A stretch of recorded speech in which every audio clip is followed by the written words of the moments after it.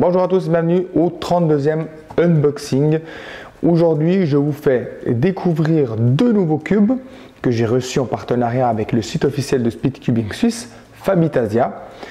Je vous mets à disposition le lien du site ainsi que les liens des cubes que je vais vous présenter en bas de la vidéo, donc dans la description.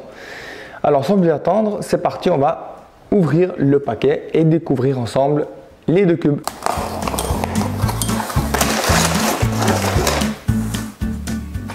Voici donc la carte de Fabitasia Speedcubing avec l'adresse du site internet. Et ça, ce sont les deux cubes donc, que j'ai reçus. Le Moyu Weilong GTS2M 3x3 et le fameux GAN 460M, donc magnétisé 4x4. Je vais sortir le 3x3 de sa boîte et faire une petite présentation sur ce cube.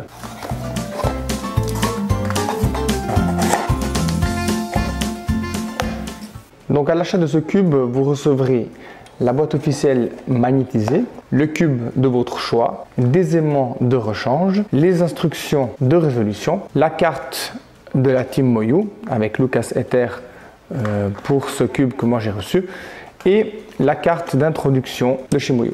Donc ici on a le 3x3, la version magnétisée du GTS2 qui a été vraiment très attendu par les speedcubers. Donc grâce à ces aimants, il rend le GTS2 beaucoup plus stable, plus contrôlable et beaucoup plus agréable lors de la manipulation de ce cube. Alors cette version, elle est plus compacte que son prédécesseur le GTS avec seulement 55,5 mm de dimension, donc de par côté, contre le 56,5 pour l'ancienne version. Son poids 80,2 g contre 83,1 pour l'ancienne version. Elle est disponible uniquement en noir ou en stickerless. Allez, c'est parti, on commence la prise en main. Donc on va voir à la sortie de la boîte la PLLTA, ouais, excellent. Un excellent turn, effectivement il est très fluide, on sent le passage des faces sur les aimants, on sent l'arrêt des aimants quand je tourne les faces.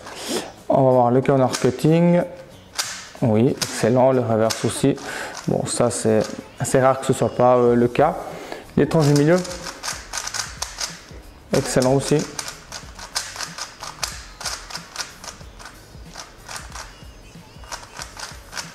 Ouais, super. Voilà, donc la première prise en main est très bonne, la sortie du cube, il est vraiment excellent. Donc c'est vraiment ce que je m'attendais du GTS2M. J'avais déjà le GTS qui était vraiment top, c'était mon main jusqu'il n'y a pas longtemps. Et maintenant, le GTS2M qui vient de sortir. Je vous mets le lien dans la description pour vous procurer ce cube s'il vous intéresse directement sur le lien de fabitasia.ch. Et puis on va passer donc au deuxième. Donc voici le GAN 460M 4x4, je vais le sortir de la boîte et on va découvrir ensemble ce cube. Donc à l'achat de ce cube, vous recevrez la boîte officielle de GAN, le cube de votre choix, le manuel d'instruction, une pochette de rangement, aussi de la marque GAN naturellement, et pour finir, l'outil de tension pour les parties centrales, pour les écrous.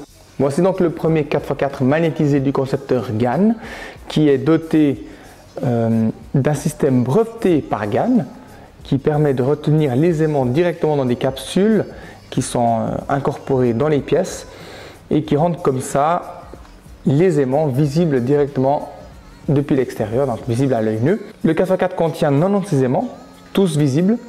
On en a 2 par pièce dans les parties centrales et une dans les parties extérieures. La plupart des grands cubes ont les aimants qui sont directement collés à l'intérieur sur les faces extérieures, ce qui peut provoquer tôt ou tard en fait décoller, ça va décoller ces aimants.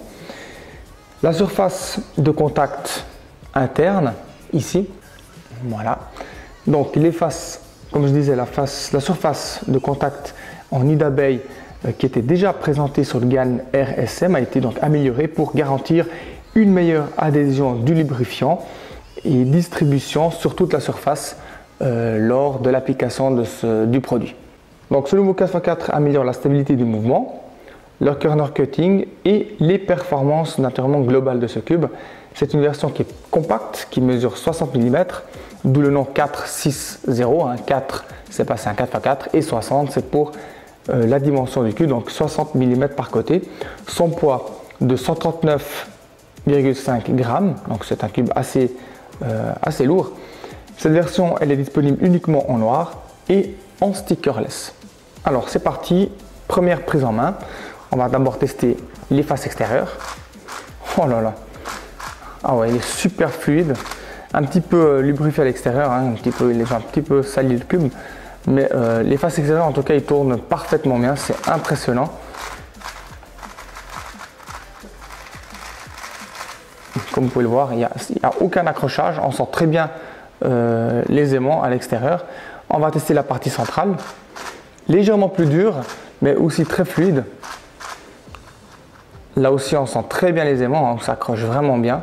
On peut sentir le petit crochement qu'il y a au passage. On va essayer le corner cutting extérieur. Nickel.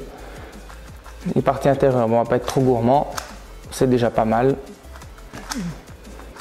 Voilà. Donc il passe à ce niveau-là.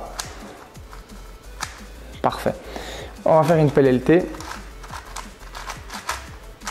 Bon.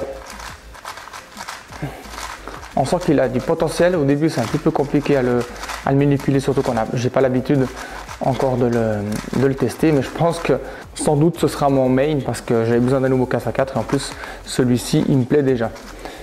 Donc voilà, les parties centrales crochent vraiment énormément par rapport à la partie extérieure qui est beaucoup plus fluide. Mais rien à voir, cette fluidité, c'est vraiment impressionnant.